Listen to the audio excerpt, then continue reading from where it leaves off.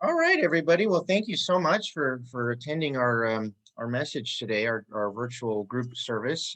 So today we're going to be talking on a message called "Getting People to Work Together." This is a series that, as you know, Saddleback is doing right now, called "Building a Better Future." So we're studying the book of Nehemiah, and looking how he took on an audacious goal of rebuilding Jerusalem after it was destroyed.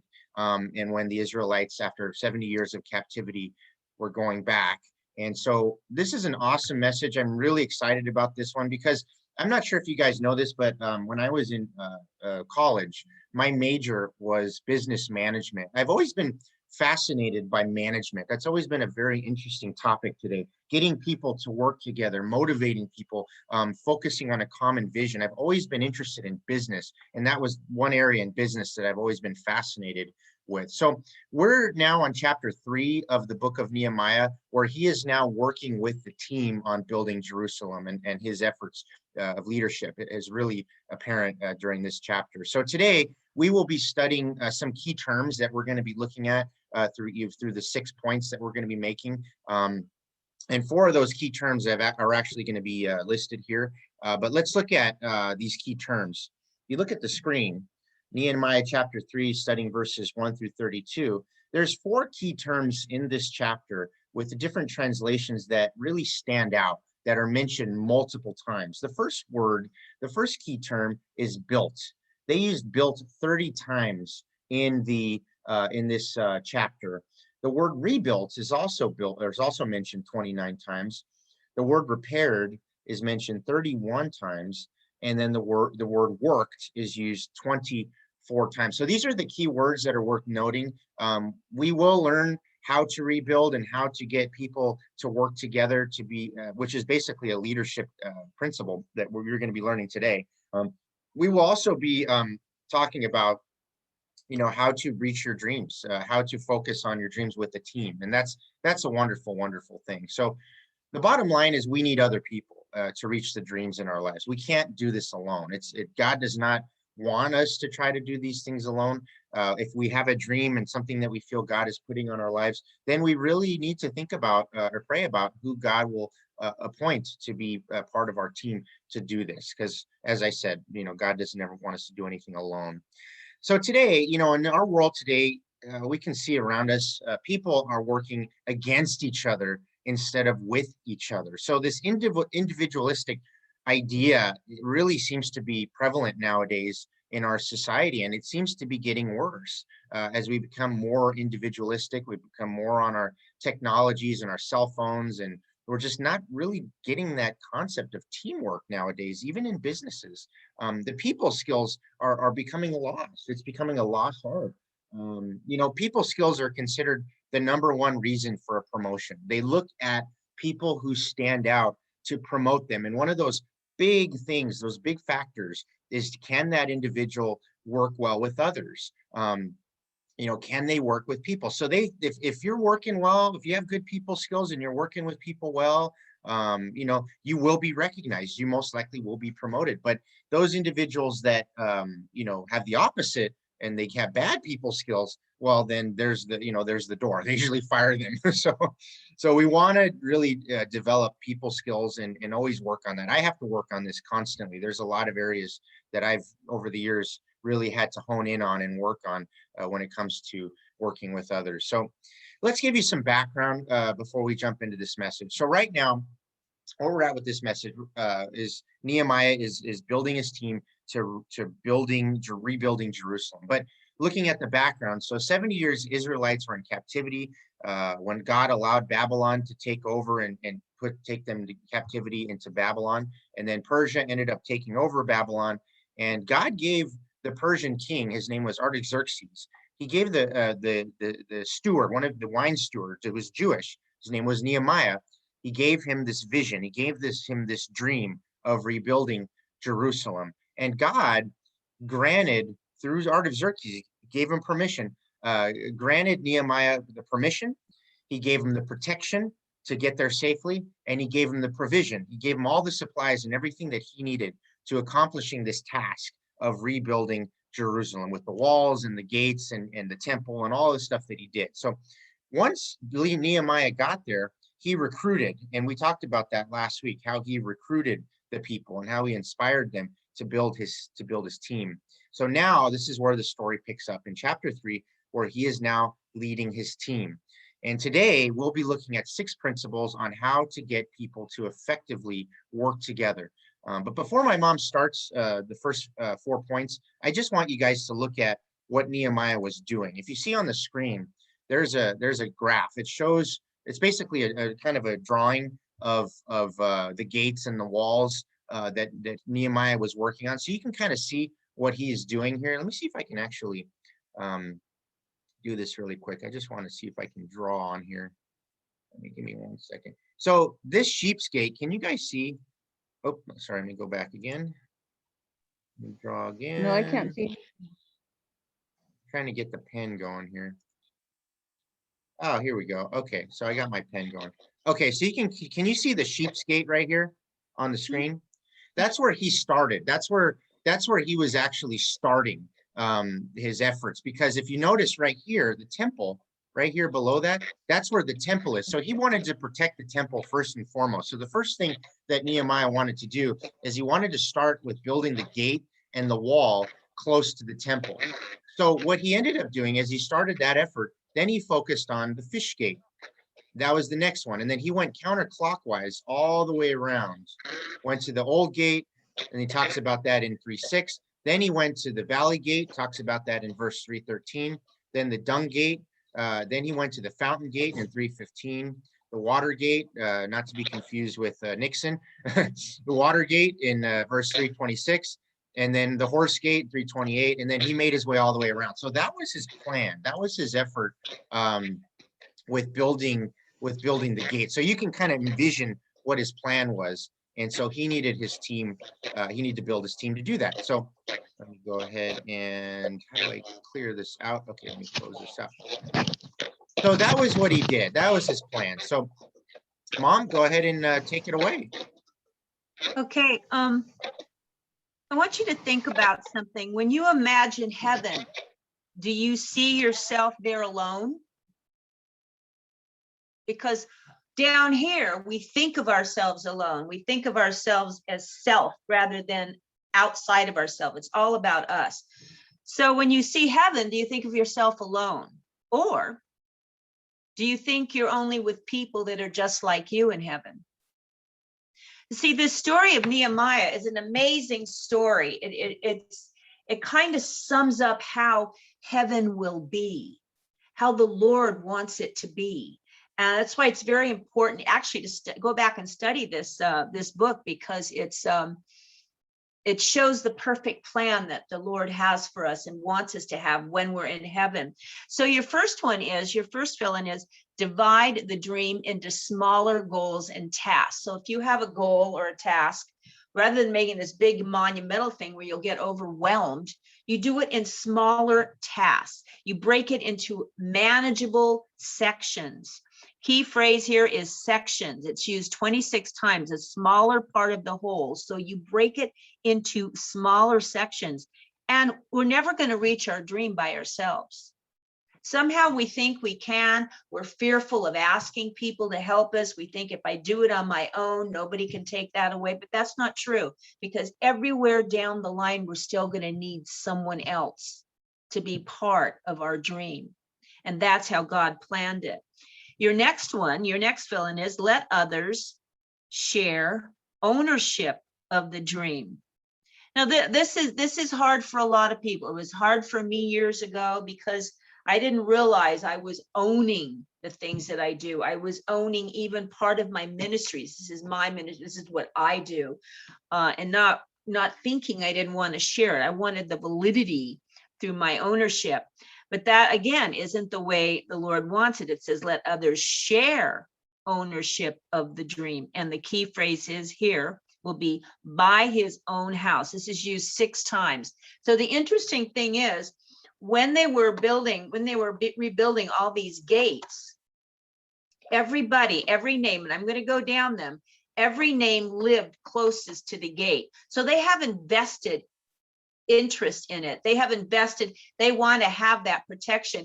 Back in Jerusalem, first of all, Jerusalem's on a big steep hill, and there's this big wall and this whole temple right there. And they needed these walls to protect them. Back then, other tribes, other people would come in and break it down, tear it down. So your walls, your gates were very important for protection, for protecting their temple, protecting their people. This was huge, a very huge thing. So I'm going to go down these names right now.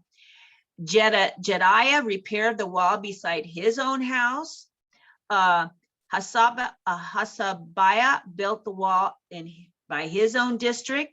Each priest made repairs near his own house. Benjamin and Azariah repaired the wall by their own house.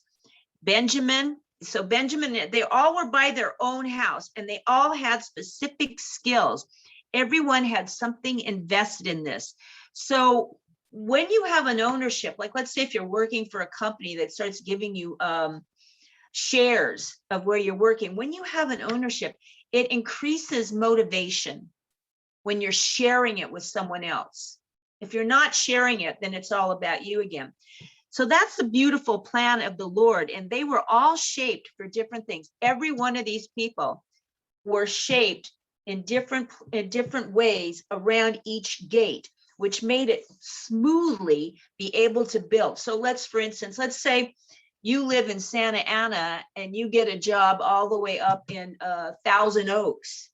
That doesn't work, but if you're living down here and you know people or you have family with you, it works better than going someplace that you're not even used to, and it's an inconvenience. So it was beautifully planned to do it that way. Number 3, it says organize around natural relationships. Again, he had Nehemiah, he posted them by families. Eliashib and his fellow priests rebuilt the sheep gate. The men of Jericho built the next section. The sons of Hassanah built the fish gate. Okay, so what we're doing is, again, like I just explained, they were all in the position and they all were familiar with that area. What I want to ask you is, in your own life, in your own home, if you have a dream or you have a project or you have something you want to accomplish, have you looked around everyone that's around you where you could include them? Let's say your family, your sons, your daughters, anybody, friends, include them around them saying, I have a dream. Is there some way you can help me with that? Or can you help me? I'd like to talk to you about it. Just including them in your world, whether it's somebody you haven't talked to for a while and God inspires you with a name, a person, to include them rather than just being a lone soldier. It just isn't the way the Lord wanted it. And when you start including people and start interacting with your dream, it becomes more real rather than just keeping it inside of you. The last one is Shallum and his daughter built the next section. That's Nehemiah 3:12. The goldsmiths and the merchants built another section, Nehemiah 3:32. So it was a brilliant plan of working together, not working apart, working together. This is what it's all about. And I know how hard that is, because on earth here, we are just so forced into being self this, self that. It's all about me, protect me. If I want anything done, I have to do it. And I'm coming from many years of that kind of concept. Marriage is so difficult and so separated because it's all about the individual selves rather than the merging of togetherness and trusting each other and being on the same team. So heaven is a very different way of thinking than we are down here. And Nehemiah knew that, and God inspired him to do it this way, as we should be doing now, training ourselves for heaven. And number 4, it says, develop a team spirit. Develop a team spirit. Now, what do they do down here? They don't have team spirit. Like if you're in sales or you're in something else, it's always about competition. We got to beat that person out in sales, or we got to do better than that person. It's all about that rather than focusing on the cooperation. As a team, we're going to cooperate as a family together rather than I'm going to beat you and I'm going to beat you. See, cooperation is more a heaven concept, where competition is more earth. This is what we do here. I'm going to compete. Now, I've done a lot of triathlons and stuff like that, and I like to compete, but I learned really quick, I'm not competing with anyone else. I'm competing with myself to do better. So that was a different kind of thing. But then at the end, it's a team. We're training together. We're doing it together.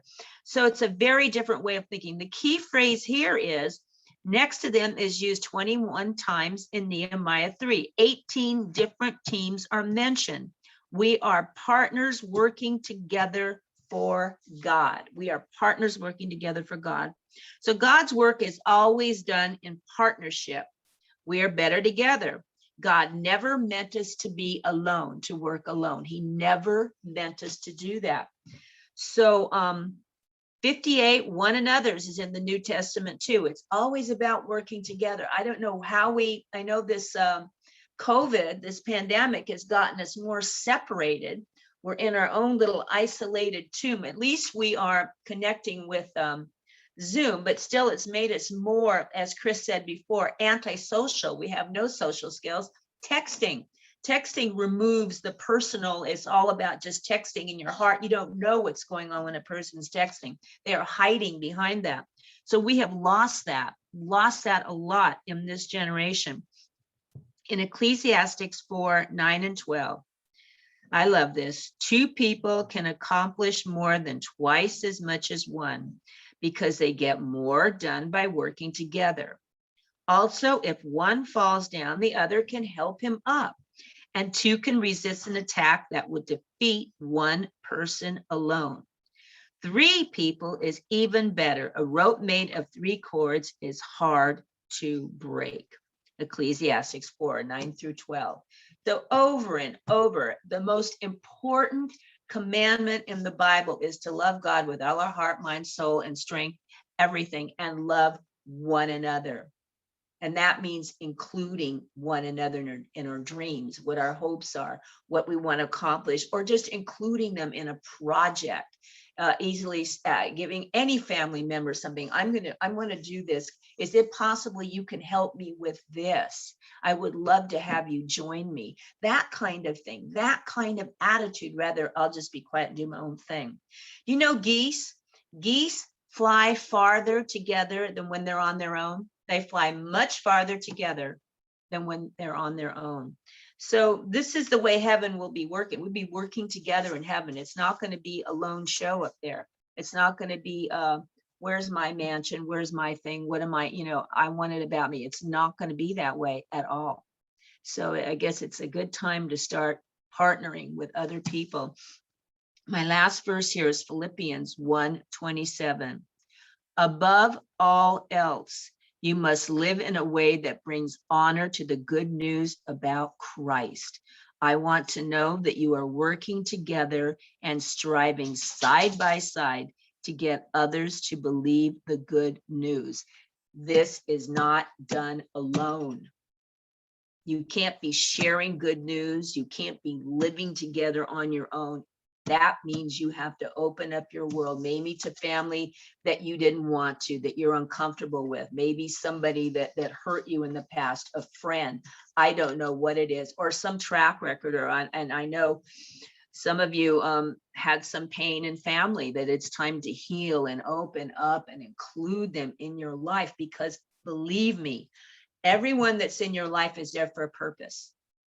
I totally believe in God's tapestry. There is no random accidents here. So everyone, even if it's a thorn in your side, somebody who annoys you, they are there for a reason, for growing or for healing, whatever it is, they are there for a reason.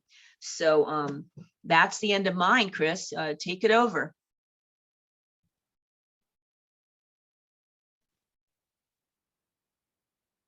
I like that song. That was great. That was an awesome song. You know what I was thinking of when I was listening to that was my mom and my stepdad, Glenn, who will be celebrating their 25th wedding anniversary. And we're going to be going to Arrowhead where I'll watch them renew their vows, which would be awesome. So I'm really excited about that. Unfortunately, next Sunday, we will not be doing our church service. So I guess that's a perfect time to announce that. Um, but yeah, I just wanted to let you guys know that you know we won't be here this Sunday. But yeah, just I'm really happy to be able to celebrate my mom and my stepdad's 25th anniversary. And you know they've gone through a lot together. I mean, I've watched them. I've watched the things they've overcome. I've watched how they've grown closer to the Lord and how God was literally at the center of their marriage. And that same you know concept. You know, when we have our team, God really needs to be at the center of that. He wants to teach us things, to learn to work together, as that song was saying, to get through tough times, to get through difficult times, but to love each other deeper and more like Jesus. And that's something that we can all learn from. You know, it was interesting. My mom just told me this. I was shocked to hear it before we started our message today. I guess Pastor Rick has decided to step down as lead pastor after, I don't know, 30 years. How many years is that, Mom? Like 30 years? Like 40. 40 years. Sorry, my decades are off. 40 years. And you know, I grew up with that church. I mean, I started going when I was a teenager. And one of the things I've always been inspired by is Pastor Rick's leadership and how he not only leads his staff to do incredible things, but he's also building an army, building a team of people to get the peace plan and to get these initiatives and ministries and all these things that he's done, local peace and all of these efforts that the church has done over the years, how he's led them and inspired them and motivated them. And I know God is leading through Rick, and it's just it's going to be tough to see him go, but you know we just have to pray, continue to pray that God will bring in a lead pastor with God's vision for where we're at with the Saddleback Church. Because as you know, Saddleback Church is one of the biggest churches. It's all over the world. They have Saddleback locations in Buenos Aires and Germany. I mean, everywhere there's Saddleback, and there's a movement you know, with through Saddleback and some of the partnerships with some of the other churches that they've connected with.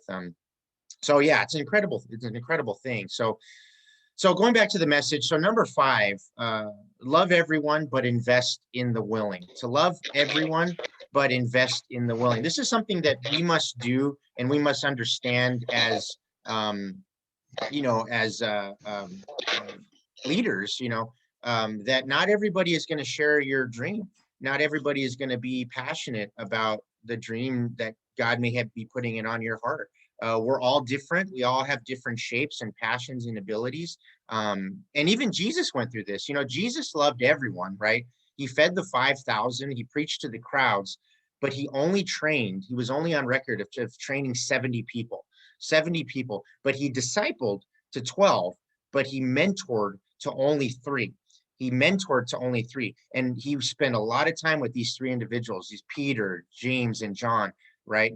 Those 3 were with him on the Mount of Transformation, right? They prayed with him in the Garden of Gethsemane, right? These 3 also watched the healing of Peter's mother-in-law, right? They were part of very intimate moments with Jesus. Even though he had 12 disciples, it was 3 that he really considered the pillars of the church at the beginning, starting the church. And so he did play favorites. It was a favorite that he played by including these 3 that he knew would be part of his vision. So he spent the maximum amount of these time with these 3 individuals because they ended up bearing the maximum responsibility for starting the beginning church. So bottom line is not everyone will be part of your God-given dream, right? Not everyone will understand it. Not everyone will get behind it. Maybe they have a different dream that God has put on their heart, and it's okay. So Nehemiah also went through this too when he was focusing on, you know, building Jerusalem. Nehemiah wasn't discouraged by those who would not help. We can't be discouraged. We can't take offense to it. We just have to move on and accept that not everybody will be willing. But those that are willing, those are the people that we invest more time with in training them and working with them and accomplishing the goal together. Let's look at this next verse in Nehemiah 3:5. It says, the next section of the wall was rebuilt by men, but men of Tekoa. But the nobles of that town refused to work or help. And it's interesting, right? We can try to figure out why, or try to elaborate. He didn't elaborate actually, but we can try to figure out or guess why the nobles of the town refused to work or help.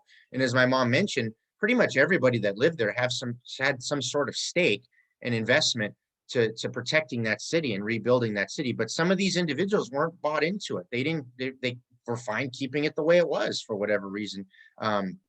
So bottom line is, we don't know why people don't buy into even God-given dreams, even ones that we may feel as everybody should really, be a part of or buy into. But we can't do that. We can't try to speculate or judge people, and we really can't assume their motivation. And it's okay for them to not help us with our dream. Like I said, maybe it's not their passion, it's not their shape. They're not motivated to really do anything about it.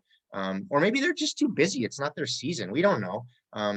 So to work with your team, we got to invest in the willing, those people that are driven by the same goal that God has given us, so we can work together on accomplishing that. And when people don't want to support our dream, we have to remember these two things. These are two things that we must remember when people don't want to support us, even our families or those that are closest to us. We have to remember these two things. So the first one is, waste no time judging others. We must waste no time judging them. Don't judge them. It's just going to be a wasted energy. The Bible says in Romans 14:10, it says, when do you judge your brother and sister in Christ? And why do you think you're better than they are? Remember, each of us will stand personally before the judgment seat of God. Then each of us have to give a personal account to God. So stop judging each other. So sometimes we ask for help from people, and maybe they should help us. Maybe, yeah, they're in a position to help us, and maybe God even wants them to help us, but they don't. And we take offense to it, right?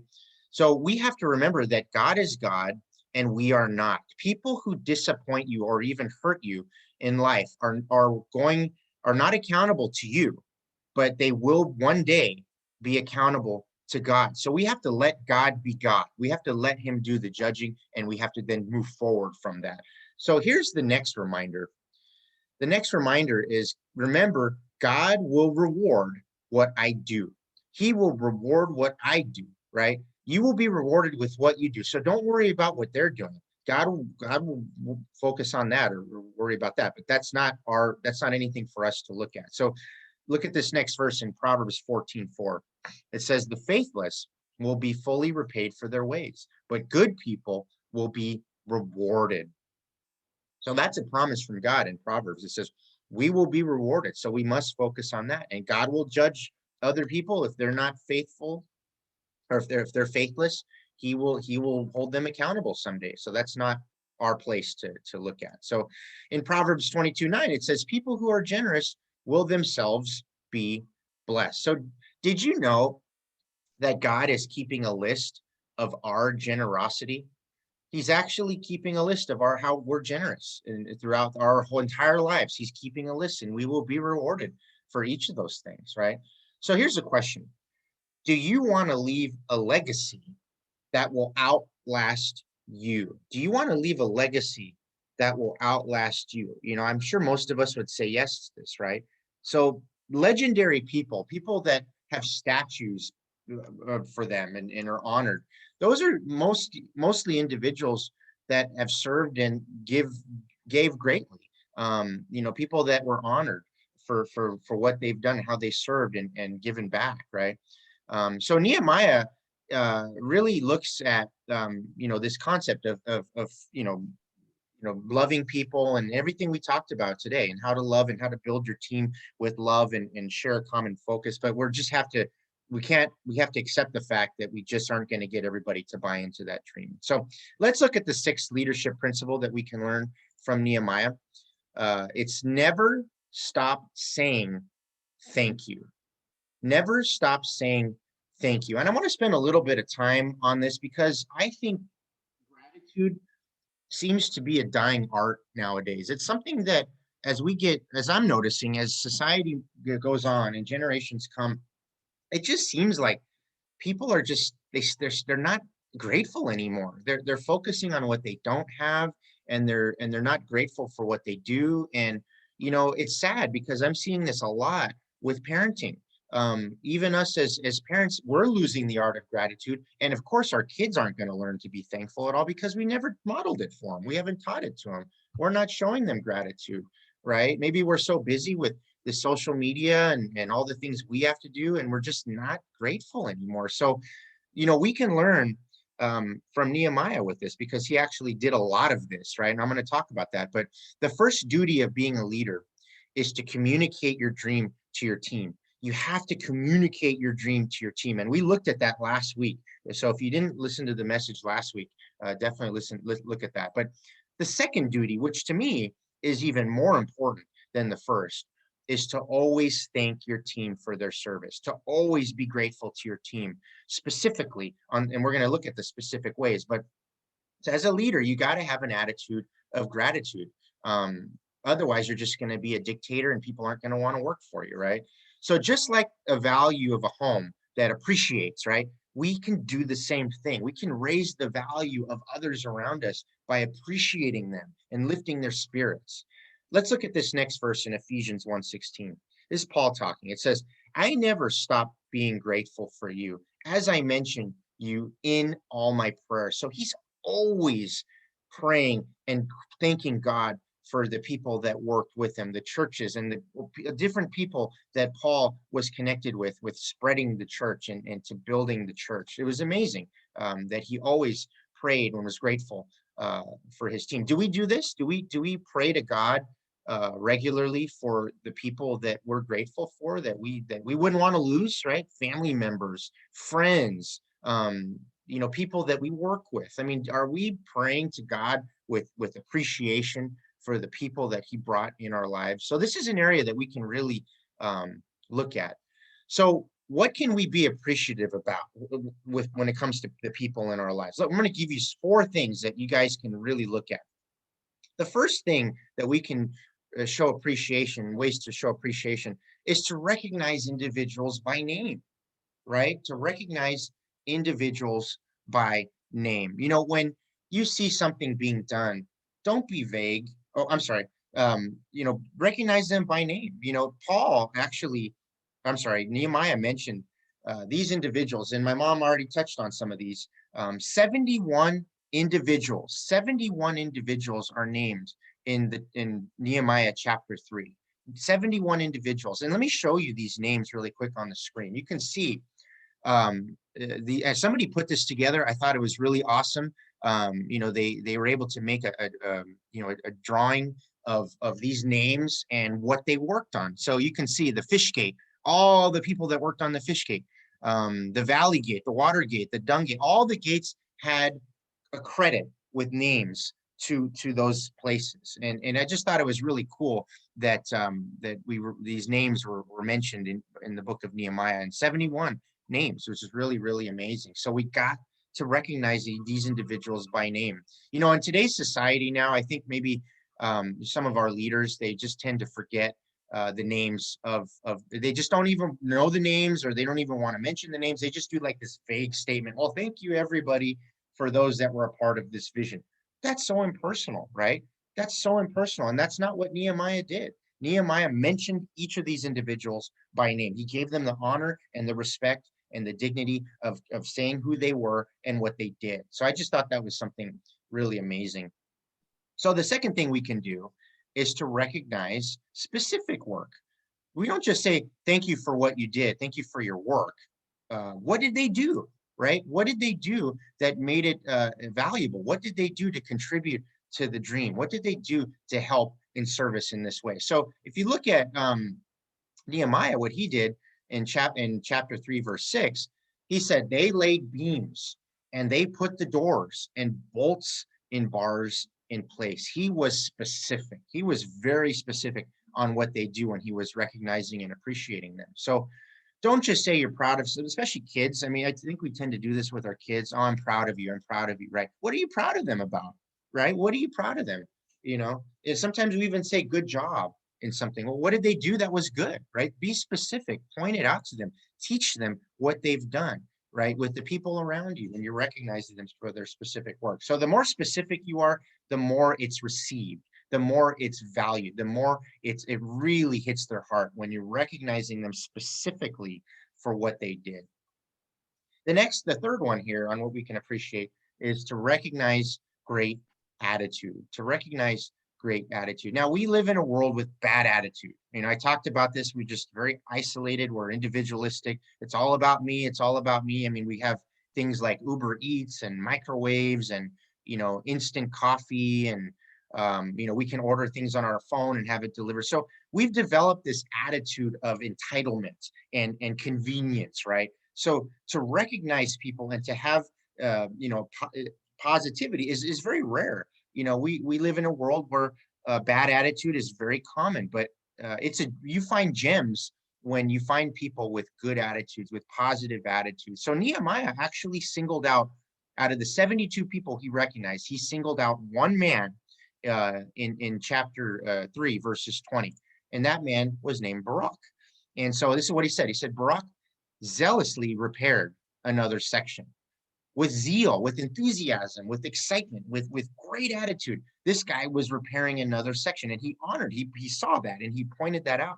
He said, so bottom line is, who do we need to recognize around us who has a great attitude? I know there's individuals that work at Weiss Place. Maybe you guys have encountered them that really stood out to you. And maybe you didn't have a chance to really recognize and appreciate them or express any gratitude. Now is your chance, right? Contact them, call the Weiss Place and call them and find out if they're still there. And if they do, talk to them or get their email, write them an email. To this day, I still get contacted by some of my old participants from years ago, 5-6 years ago, that reach out to me regularly through social media or email or whatever. And they thank me for working with them. And that's a really cool thing. That I, at that moment in their life, I made an impact. And I know it was all God. God did all that. He orchestrated everything by using me in that way to really to help them in what they needed to finding a job. So who can we recognize? Who stood out to us in our lives, in different times of our lives, that maybe we never really expressed gratitude for? So now's the time. Now's the time to find them and to really recognize them for what they did in our lives. So another thing I wanted to mention with this topic is when it comes to work. A lot of people want to get recognized at work. They want to be noticed. They want to stand out. They want their bosses to recognize them. One of the best ways to be recognized at work is not just to work hard, but to work hard with positivity, with a good attitude, with this zealous attitude, with this enthusiasm, with this passion, right? Those are the individuals that stand out. Those are the individuals that get promoted.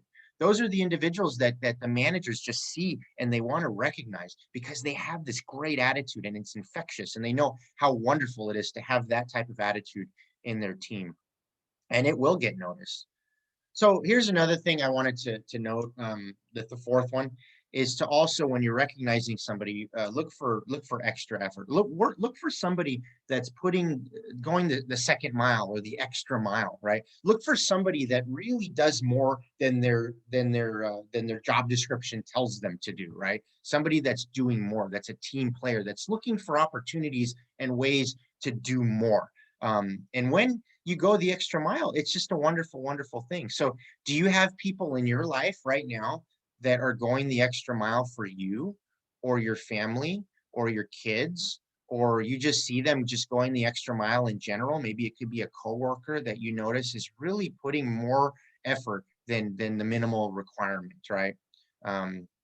There's one guy in the book of Nehemiah that actually gets mentioned twice because he put forth the extra mile or the second mile in working to rebuild Jerusalem. His name was Meremoth.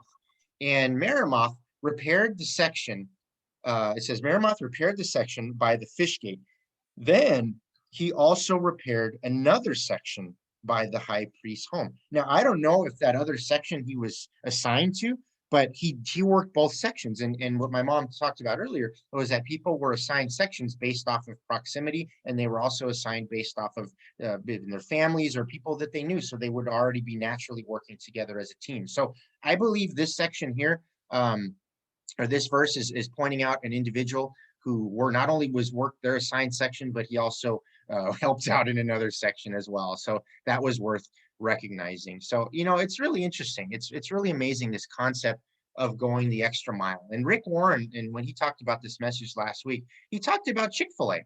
And Chick-fil-A has one of their values is going the extra miles, providing going the extra mile service, giving going the extra mile service for your customers. When I researched this, because I wanted to learn a little bit more about this concept and to see how much, if it's recognized, if people actually appreciate this service that they're doing.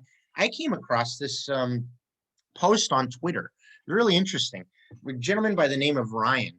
He said, this is his story. He said, so my car ran out of gas in Chick-fil-A line. So literally the individual was in line getting food at Chick-fil-A. His car ran out of gas. So here's what he said. I had one worker running across the street with me to get more gas. So they were with him to help him get more gas, maybe to get one of those tanks or whatever. I don't know.